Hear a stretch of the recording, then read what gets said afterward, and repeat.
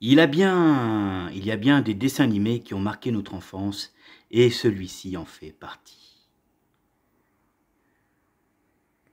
Le XVIe siècle. Des quatre coins de l'Europe, de gigantesques voiliers partent à la conquête du Nouveau Monde. À bord de ces navires, des hommes avides de rêves, d'aventures et d'espace, à la recherche de fortune. Qui n'a jamais rêvé de ces mondes souterrains, de ces mers lointaines peuplées de légendes, ou d'une richesse soudaine qui se conquerrait au détour d'un chemin de la cordillère des Andes? Qui n'a jamais souhaité voir le soleil souverain guider ses pas au cœur du pays Inca, vers la richesse et l'histoire des mystérieuses cités d'hommes?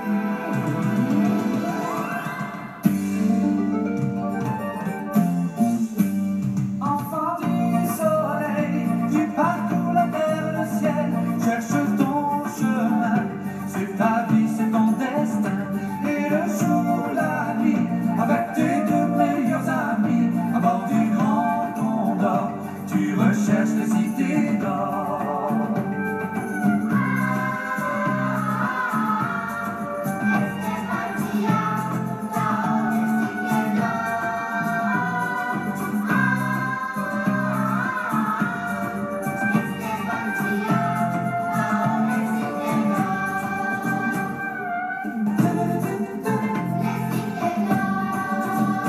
Enfant du soleil, ton destin est sans pareil, l'aventure t'appelle, n'attends pas et cours vers elle.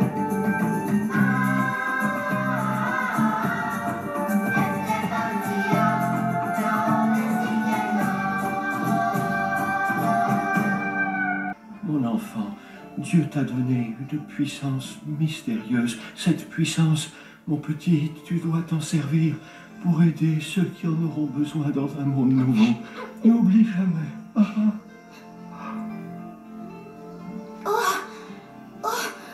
père!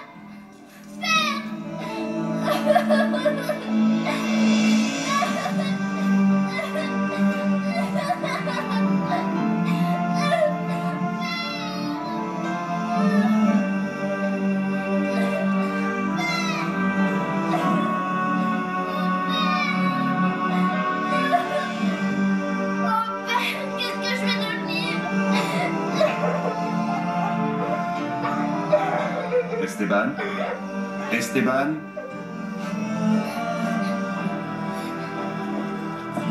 N'aie pas peur. Je m'appelle Mendoza.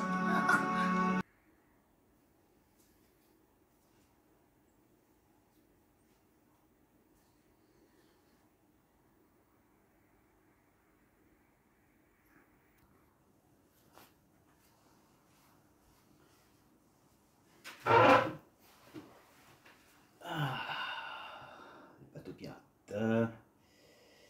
On tourne, on tourne, on tourne. Ah, je m'éclate, mes amis, à tourner cette planète avec beaucoup de choses intéressantes.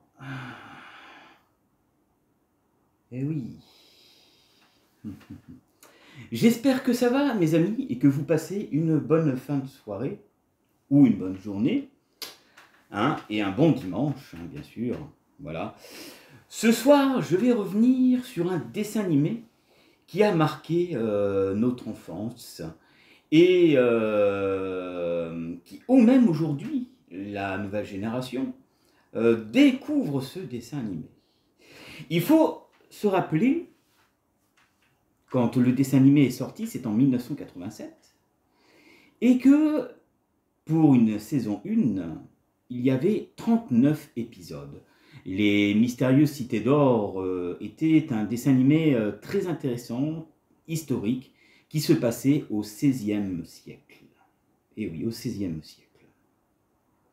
Avec les conquistadors, les Incas, la fameuse cité en or disparue, hein, beaucoup de choses. Et je me souviens d'une chose qui était intéressante dans ce dessin animé, c'est qu'à la fin de l'épisode, nous avions un petit documentaire qui racontait la culture et l'histoire du peuple Inca et de plein d'autres choses, ainsi que les conquistadors, ce qu'ils avaient à l'époque conquis.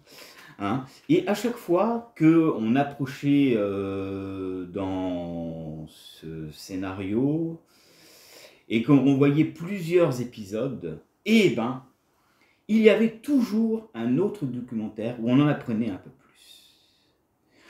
Dans l'histoire, on sait que Esteban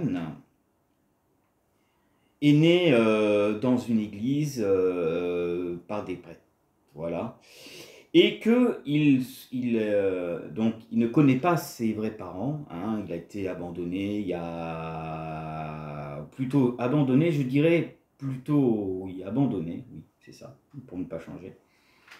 Et que le seul souvenir qu'il a, qui pourrait peut-être appartenir à sa vraie famille, c'est un médaillon en or représentant un soleil. Et plus tard, dans les épisodes, il rencontrera une jeune fille qui porte le même, mais d'une manière un peu différente, appelée Zia. À l'époque, nous, adolescents, la plupart, on était sûrs de tomber amoureux de la jeune fille. Hein, voilà. Mais j'ai un très très bon souvenir de ce dessin animé. Et ce soir, un peu, je vais vous parler un peu de la création de ce dessin animé. Vous montrer quelques extras. Hein, voilà. Et voilà. Je vais aller me prendre un coca parce que je commence à avoir soif quand même. Et on se retrouve tout de suite après un autre extra.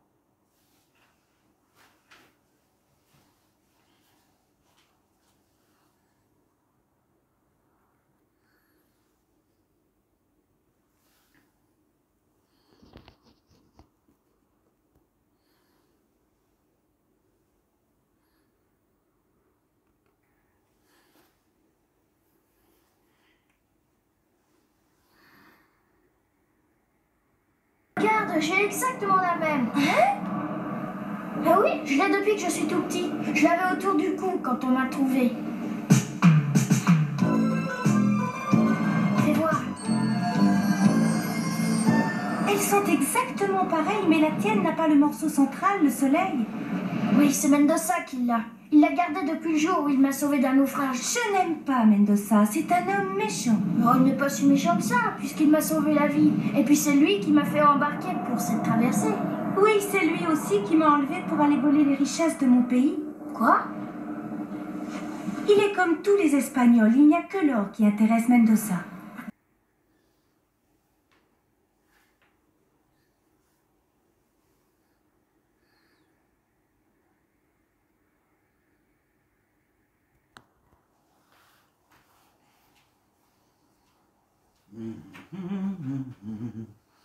Alors, le Pérou, eh oui, le fameux Pérou. Et bien sûr, l'Amazonie, où nous parlions des Incas de l'époque et des fameuses cités d'or.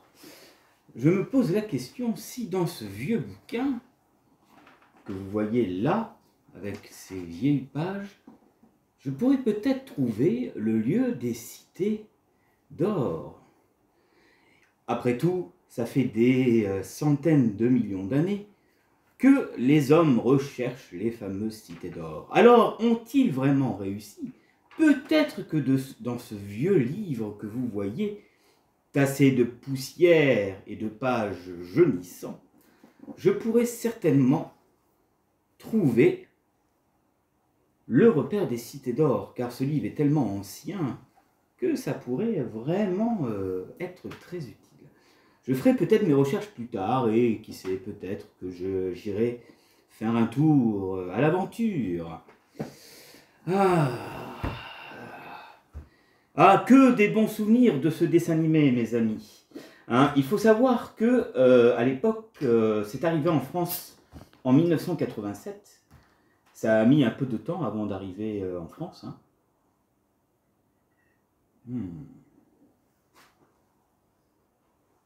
Ah, bon petit coca, ça change de tout ce qu'on peut voir. En plus c'est frais, c'est impeccable. Ah.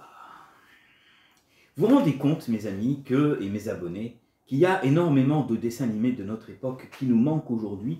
Même certaines chaînes françaises n'en repassent plus. Hein, peut-être manga ou d'autres dessins animés peuvent passer. Mais c'est vrai que de temps en temps, j'aimerais voir quand même un Ulysse 31, un Capitaine Flamme, ou un Albator, ou un Goldorak. Hein, et bien sûr, les Cités d'Or. Alors, il faut savoir que les Cités d'Or, c'était une série d'animation. Et pour la première saison, il y avait 39 épisodes. Et au 39e épisode, on apprend énormément de choses intéressantes. Des années après, ils ont décidé de faire la suite. Car après tout, nous étions restés un peu sur notre faim. Et pourtant, je ne pensais pas que dans les années qui allaient venir, ils allaient nous faire une suite. Et j'ai été super étonné. Et j'ai vu que Esteban, Zia et Tao, hein, qui rencontreront plus tard dans le dessin animé, vont voyager et aller à la découverte du monde. Et bien d'autres pays encore mystérieux et secrets. Mais ça, il faudra que vous suiviez la saison 2, la saison 3 et la saison 4. Et oui, ah là, que de bons souvenirs.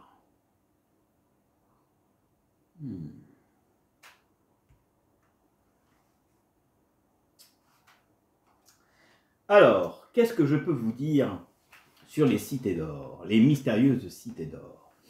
Les mystérieuses Cités d'Or est une série télévisée d'animation franco-belge, de type fantastique historique, d'une centaine d'épisodes de 23 minutes, repartie plus tard sur 3 saisons, créée en 2012 d'après le roman de la Route d'Or de Scott Holdell, dont elle s'inspire très librement, et suite de la série d'animation des Mystérieuses Cités d'Or de 1982. La série se déroule cette fois hors des Amériques, explorant d'autres civilisations du monde, toujours au XVIe siècle, à la recherche des 6 autres Cités d'Or. Elle est conçue pour cibler un public un peu plus jeune que la première saison, et donc la première série de la saison 1. Voilà, pourquoi pas, après tout. Mais bon, je resterai quand même, vu mon âge, ma génération, je resterai quand même sur l'ancienne version, même s'ils nous ont sorti une suite. Alors il faut savoir que ce dessin animé est passé dans plusieurs chaînes à l'époque. Et bon, après, il y a eu les saisons 2, il y a eu beaucoup de choses qui se sont passées. Donc, pour vous donner une petite histoire encore, elle démarre donc par la saison 2 en 2012. La saison 1 désigna la série en 1982 qui explore la Chine et la dynastie Ming à l'époque, et le Tibet. Se poursuit par une saison 3 en 2016 qui a pour décor le Japon de l'époque de Muromachi, l'Inde, Hormuz et les confins de la Perse et du désert Arabie, voilà, du désert Arabie, et s'achève par une 4e et dernière saison en 2020-2021, mes amis, dont l'intrigue se déroule en exactement Éthiopie, au Zimbabwe, et dans la France du XVIe siècle. Les personnages principaux sont les mêmes que dans la série originale, les plus éléments qui faisaient la particularité de cette dernière sortent également repris Ainsi, l'intention porte au décor dans lequel évoluent les personnages. Cadre naturel, historique et culturel, aux références historiques de la description des civilisations, rencontre ainsi que la présence du mini-documentaire final sont également conservés. Ce qui est très bien, mes amis, car à chaque fois qu'il y avait un épisode, je me souviens dans la saison 1, quand un épisode se terminait, et ben justement, on avait justement cette petite histoire documentaire qui était très intéressant.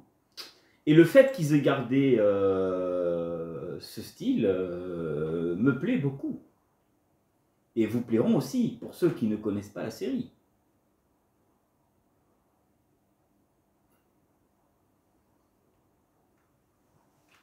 Moi, j'ai un souvenir quand il rencontre le Condor pour la première fois et qu'il le pilote.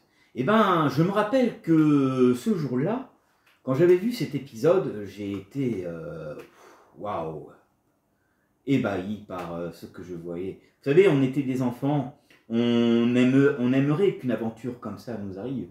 Hein. Donc c'est vrai que je faisais chier mes parents, en restant poli, pour ne pas rater un épisode. Voilà.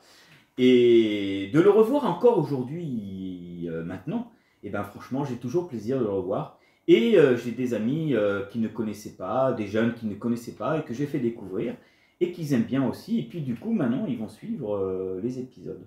Voilà.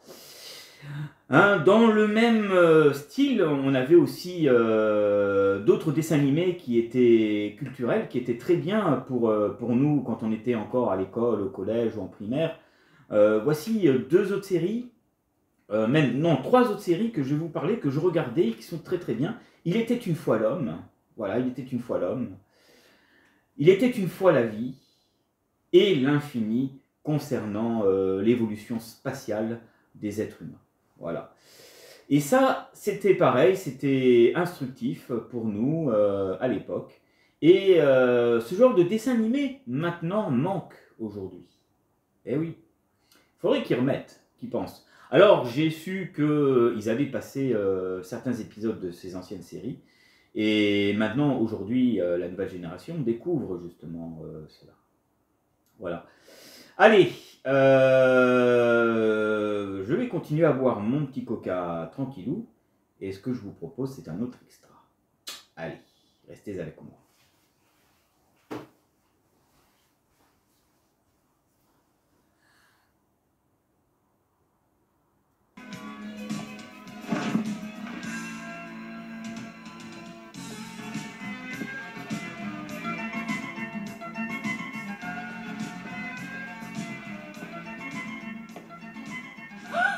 Tiens, tu t'es réveillé.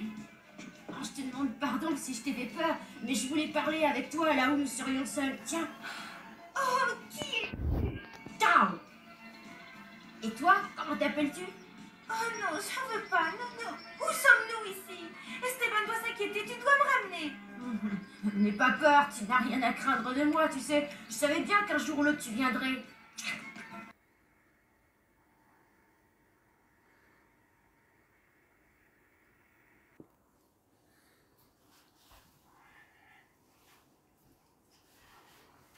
Que de bons souvenirs, mes amis, pour cette série emblématique.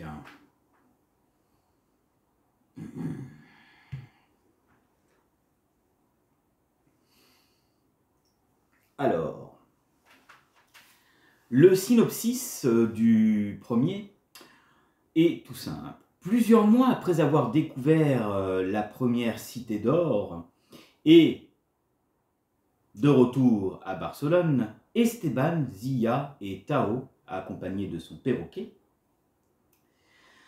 s'en vont à la recherche des 6 autres cités d'or. Et ça, dans la saison 1, sans trop vous spolier, on comprend que le gardien du temple pourrait être le vrai père d'Esteban. Mais on le sait à la fin, que même le gardien des cités d'or dit au revoir à son fils, mais ne dévoile pas qu'il est son père, car dans sa vie, dans sa culture, il consacre sa vie à protéger les cités d'or. Mais peut-être que dans les saisons suivantes, Esteban connaîtra un jour la vérité. Et concernant Zia, concernant Tao, ça j'imagine que Tao, ça sera développé un peu plus tard, mais Zia, on apprend beaucoup sur elle aussi et sur ses origines et sur sa vraie famille qu'elle retrouvera, mais plusieurs épisodes plus tard. Mais ça, mes amis et mes abonnés, je vous laisserai découvrir si vous avez envie de revoir ce dessin animé qui a bercé notre enfance. Eh ben, je vous invite à les revoir et peut-être voir la suite, éventuellement. Voilà. Donc, pour la saison 2, à bord du Grand Condor, les enfants s'embarquent à destination de l'Asie, plus particulièrement vers la Chine et le Tibet, tandis qu'ils font la connaissance d'un alchimiste nommé Ambrosius, de son vrai nom Antoine de Sarl, pardon. Esteban apprend la vérité sur ses origines et son père. Les enfants découvrent finalement la cité d'or de Baldolone, inspirée de la mythique cité de Shambhala au Tibet. Ça, c'est pour la deuxième saison.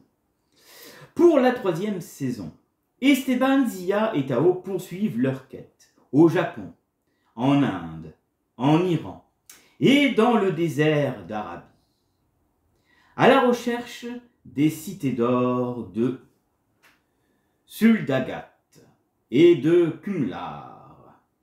Ils doivent libérer le père d'Esteban en vie, mais retenu prisonnier par Zarès, dont l'identité est révélée plus tard. Dans la saison 4, qui sera donc la dernière, Esteban et Zia et Tao arrivent en Afrique pour continuer leur quête des cités d'or, en concurrence avec l'équipage de Zarès. Ils cherchent les dernières cités, notamment la cité d'Ophir, qui se trouve au niveau des chutes de Victoria, et apprenant le véritable but de leur quête. Voilà ce que je peux vous dire au niveau des suites. Alors, c'est très peu, hein, on a envie de découvrir un peu plus, mais pour ça, je vous laisserai revoir ces dessins animés, et ce dessin animé, si vous souhaitez connaître la fin. Alors, pour l'instant, c'est une saison 4, mais peut-être qu'ils ont prévu une saison 5, on ne sait pas. Vous savez, hein, si après des années, c'est revenu, il n'y a pas de raison qu'ils ne fassent pas de suite. Voilà. Et est-ce que Zia et Esteban se marieront un jour? Ah, ça, on ne sait pas. C'est encore peut-être trop tôt pour le savoir. Et aussi les vraies origines de Tao, hein, dans sa version française. Voilà mes amis ce que je peux vous dire sur les cités d'or, les mystérieuses cités d'or de ce dessin animé. Et donc notre émission touche à sa fin et je vous dis à la prochaine pour d'autres vidéos bien sympathiques. Passez un bon dimanche, prenez soin de vous et à très bientôt sur Fenris TV et sur ses comptes. Bye, salut salut.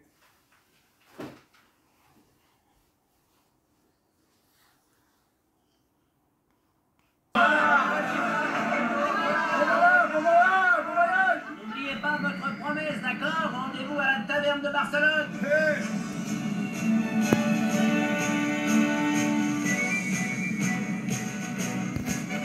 Regardez, Maïna, on va nous dire au revoir. On reviendra la voir.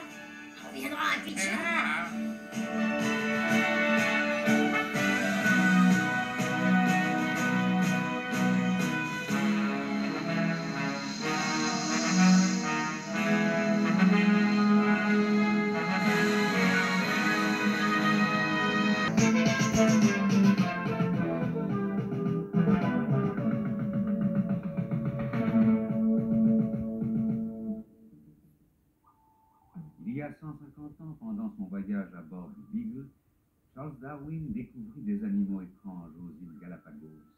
Cette expérience l'amènera à élaborer la théorie de l'évolution, selon laquelle les différentes espèces se modifient petit à petit